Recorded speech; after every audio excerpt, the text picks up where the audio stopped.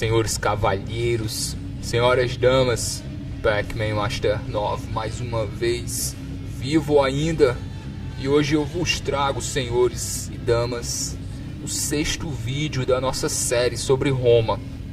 E nesse vídeo eu pretendo abordar o que é o patrimônio em Roma Antiga. Eu vou colocar esse vídeo, tem muito a ver com economia, e com uma ligação entre economia e sociologia, vamos dizer assim. E isso entrou na cultura deles. É algo econômico, mas é algo cultural também, porque isso molda as relações entre os romanos. Eu havia dito no último vídeo, as funções hoje que cabem aos bancos, na época de Roma Antiga, todos os cidadãos fazem essas funções. Eu disse que todo mundo, de uma forma ou de outra, se envolve com comércio. Mesmo as pessoas da elite, eu havia dito que, segundo os nobres, os notáveis romanos, eles colocam que o comércio é sórdido. Eu havia dito isso. Os nobres gostam de se ver como descendentes de uma casta de guerreiros dominadores, os primeiros a chegar na terra. Mas mesmo assim isso não impede que todo mundo se envolva com comércio em Roma Antiga. Todo mundo, do imperador até os plebeus, todas as pessoas se envolvem com comércio. Apesar de, senhores, você estar sujando as mãos, como a nobreza pensa, eu disse as razões aí, senhores podem ver no último vídeo. Mas, senhores, todo mundo se envolve com comércio. Todo mundo em Roma Antiga empresta dinheiro a juros. Senhores, inclusive entre a família, entre irmãos, pais e filhos. Tá ok. E, senhores, agora eu vou fazer um vídeo só na questão central do patrimônio, como os romanos entendem isso. O que é um pai de família? Um pai de família é uma pessoa que gerencia um patrimônio. O centro do pai de família, ou do pai de famílias, já que os filhos, as famílias dos filhos deles também são suas famílias, sua família. E o pai de famílias, o objetivo central dele é aumentar o patrimônio da família. Então, todo mundo recebe um patrimônio, recebe uma herança, por menor que seja. Por menor que seja. Seu pai poderia ter sido um pescador, mas nem que seja os instrumentos, o barco, você vai herdar. E a passagem de patrimônio entre as gerações é como a economia romana se movimenta.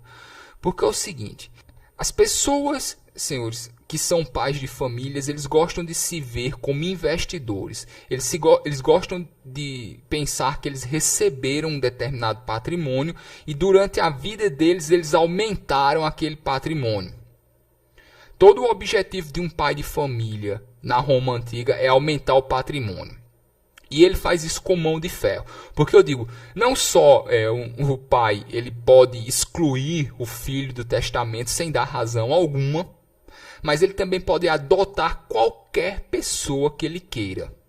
Não importa a idade, para receber parte do patrimônio dele. Aliás, o testamento, eu coloquei aqui que a leitura do testamento em Roma Antiga é um acontecimento público.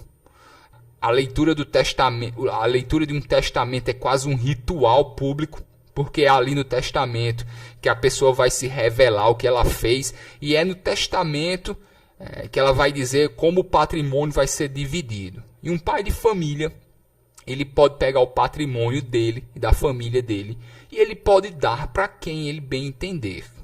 Não existe lei que impeça. Eu não sei como as coisas são, como o direito hoje trataria uma pessoa, mas em Roma Antiga, uma pessoa ela não tem obrigação nenhuma com os filhos legítimos, como nós dizemos hoje de sangue. Não. Ela pode dar o dinheiro para quem ela bem entender e quanto ela quiser no testamento. Isso ocorre no testamento. Então, o que isso gera? Senhores, isso é engraçado porque isso gera algumas características sociais, antropológicas. E os senhores vão entender. O patrimônio, senhores, muitas vezes ele não é administrado diretamente pelo pai de família. Existe essa figura do escravo administrador. Eu já havia falado aqui que existe o escravo administrador. E o escravo administrador, ele é uma espécie diferente de escravo. Eu falei que ele nunca é liberto, porque o dono desse escravo, ele quer manter o direito de poder torturá-lo, caso seja necessário. E tipo, se você libertar, se você tiver um administrador que é um homem livre, você não vai poder torturá-lo, mas o seu escravo você pode. E isso, senhores, segundo os romanos, é muito útil na gerência das finanças. Você poder torturar a pessoa que mexe com seu dinheiro. Outra coisa incrível, eu descobri há pouco tempo que existiam homens livres que se vendiam como escravos para poderem fazer essa carreira de escravos administradores. Então você tinha que ser escravo para ser um administrador, ok? Então aquela pessoa, além de dever lealdade a vida inteira para aquele senhor, para aquele patrono, ela se vende como escravo porque o trabalho exige isso. O trabalho de administrador, ele exige esse nível de lealdade, um nível de lealdade de um escravo. E pessoas nascem livres e às vezes para fazer carreiras como administradores, eles se vendem como escravos. Assim, um nível absurdo de lealdade, né? Eu disse, você tem seus clientes, você tem as pessoas que você confia e obviamente a pessoa que tem que ser mais leal entre todas elas, entre todos os seus clientes, entre todos os seus escravos, a pessoa que tem que ter mais lealdade com você é o seu administrador. Estou errado?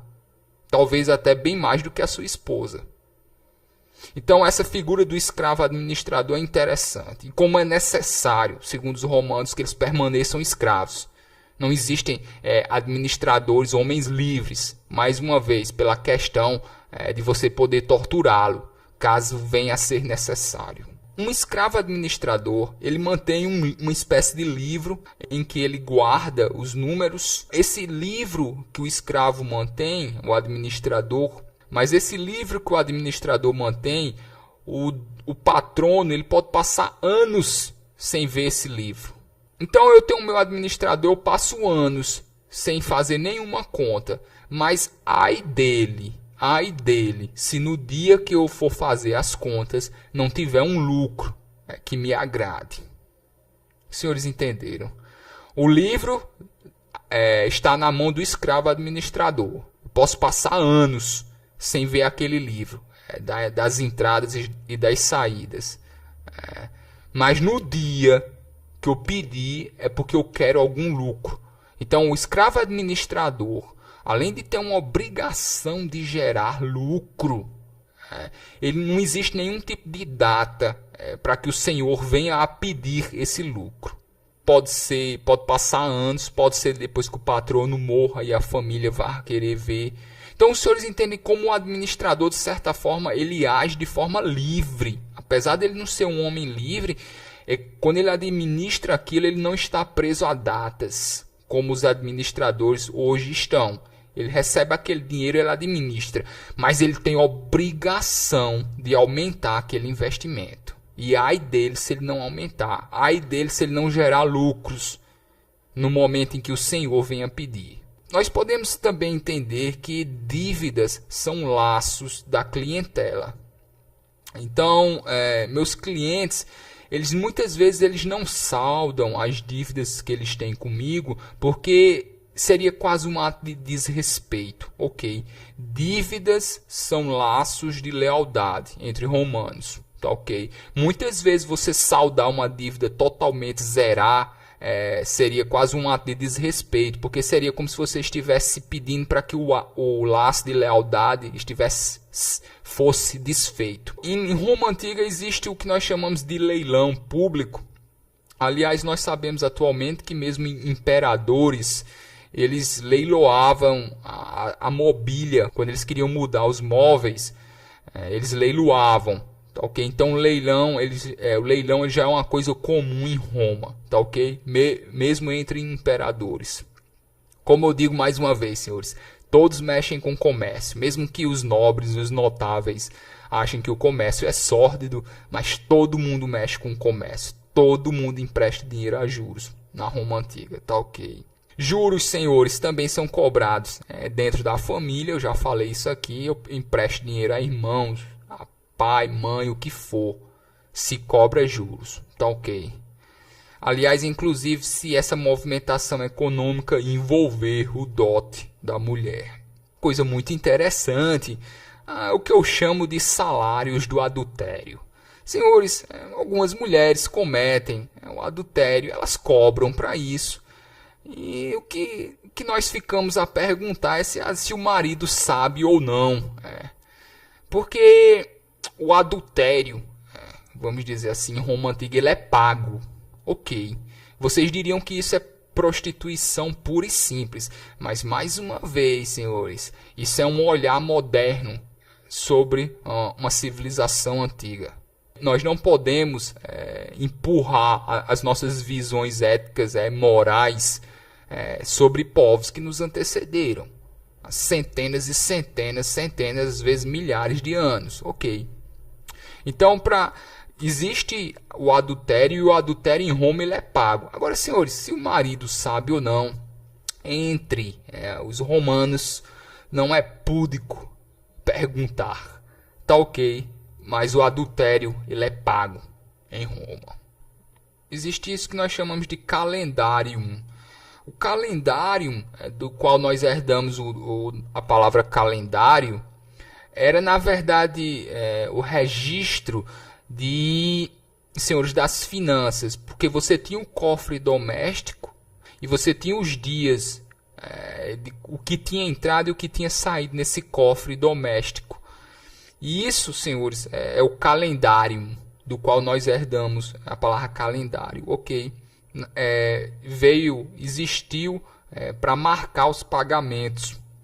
Tá ok. Outra coisa, era no calendário que os senhores anotavam uma futura herança, vamos dizer, as pessoas que receberiam. Tinha um costume em Roma você dizer, eu vou anotar você no meu calendário, no sentido de que eu vou lhe dar um presente. Quando eu morrer, seu nome está lá no calendário, para que você receba alguma coisa de herança. E senhores, eu já falei aqui, no testamento, eu poderia, senhores, fazer testamentos gigantescos, extremamente detalhados, dizendo que uma cadeira foi para fulano, os meus livros foram para outro, senhores, uma quantia insignificante eu deixo para alguém. Então, senhores, não é só o testamento como nós entendemos hoje, da casa e tudo que tem na casa, tá ok? O testamento eu poderia dizer que, os senhores, um livro, o livro tal de tal eu deixo para fulano, que não sei, e aproveitaria no testamento para dizer o que aquela pessoa teria feito por mim e do que eu acho dela. Mais uma vez, e não é tão formal como nós vemos hoje. O testamento era mais uma carta pessoal deixada para os descendentes, e ali dizia quem recebia o que, de acordo com o que tinha me agradado durante a vida, como teria me agradado durante a vida, tá ok?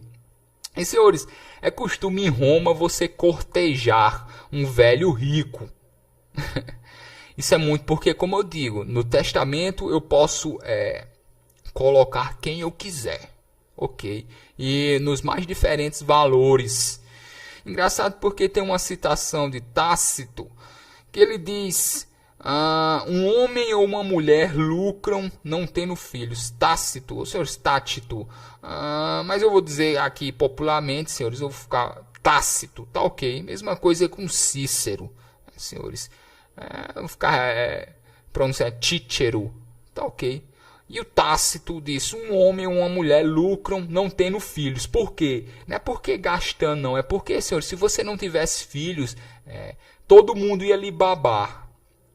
Porque sabendo que você não tem filhos, você teria que deixar alguma coisa no testamento. O que não fosse para ninguém, senhores, ficaria para o fisco. O fisco, só adiantando, senhores, é a mão do imperador no dinheiro dos outros, tá ok? Algo que funciona até hoje. Senhores, então nós temos os caçadores de herança, E os caçadores de herança, como eu digo, como qualquer pessoa pode deixar o que for, senhores, para quem quiser. Então, os velhos, e principalmente os velhos que não têm filhos, eles são babados, senhores, ao extremo. Porque eu poderia receber qualquer coisa no testamento. Poderia ser um conjunto de pratos.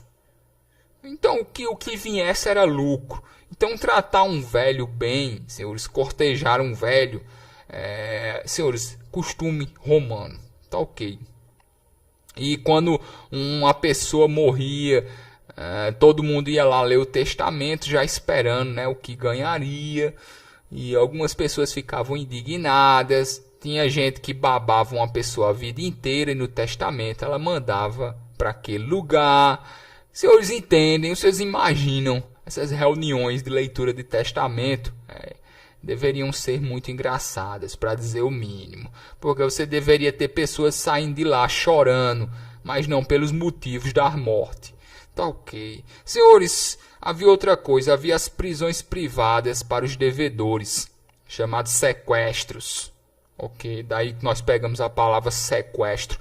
Porque, senhores, se você me devesse, se você não pagasse, você não poderia sumir. E principalmente entre notáveis, eu poderia pegar você ou alguém da sua família como uma garantia de que você iria me pagar. Perfeitamente normal em Roma Antiga, tá ok? Prisões privadas, sequestros. Senhores, o fisco do imperador, o fisco é uma das formas que o imperador consegue tirar dinheiro da máquina do Estado. A família do imperador, na verdade, como eu digo, os investimentos públicos em Roma são feitos de forma privada, ou seja, o dinheiro sai do bolso das famílias diretamente e vão para as construções das pontes, vão para financiar os espetáculos, ok. Se as famílias investem dinheiro na política, eles têm que eles têm que conseguir de volta. E uma das formas que a família do imperador tem mais eficientes de conseguir o dinheiro de volta é o fisco. Existiam muitas denúncias falsas na época do fisco do imperador. Por quê? Porque vamos dizer que eu faço uma denúncia falsa contra um determinado patrimônio. O fisco ele dá um prêmio ao delator. Então o que é que o fisco faz? Eu faço uma denúncia falsa, o fisco vai lá, fica com tudo e ele pega uma parcela e ele dá para o delator. Então os senhores imaginem as quantidades enormes de denúncias falsas que eram feitas ao fisco. Se o fisco iria lá, pegaria o patrimônio e a pessoa receberia um prêmio ao delator. Mais uma vez, uma forma do imperador arrancar dinheiro das pessoas. O fisco ele serve para isso. Ele sempre serviu para isso.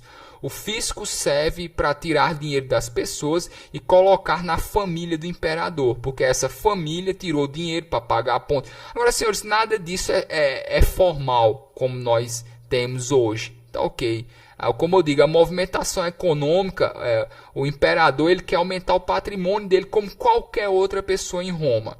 Então, vamos dizer, o imperador ele gastou 1.000 construindo pontes, ele vai querer pegar 2.000, 3.000, 4.000 através do fisco. O fisco serve para isso. O fisco serve para aumentar o patrimônio da família do imperador, somente. Outra coisa, senhores, com relação ao comércio, nós temos que os judeus são povos de diáspora, como chineses já foram também, e muitos outros, ciganos. Mas o que pouca gente fala é que os romanos também eram um povo de diáspora. Porque os romanos era costume eles irem até o norte da África, eles circulavam muito. A visão que a gente tem de um romano como alguém que nasce e morre em uma única família, senhores, em um único lugar, isso não existe, tá ok? Os romanos eles também são um povo de diáspora por causa do comércio, que nós sabemos hoje que os romanos, principalmente quem estava ligado com o comércio, circulavam muito. Eu disse aqui que a classe dos nobres não odiavam, na verdade, os comerciantes, porque os comerciantes eles traziam costumes estrangeiros. Ok, os comerciantes não amavam a terra. E uma das razões é essa, porque os romanos, principalmente as pessoas envolvidas com o comércio diretamente, eles circulavam muito durante em todo o império. Tá ok. Eu acredito que por hoje eu já enchi o saco o suficiente. Mais uma vez eu vou pegar o beco. Eu vou me embora, senhores. Eu vou me embora. E os senhores, eu vos deixo com os romanos. E senhores, até amanhã. Mais um vídeo. Senhores cavalheiros, senhoras damas, se cuidem.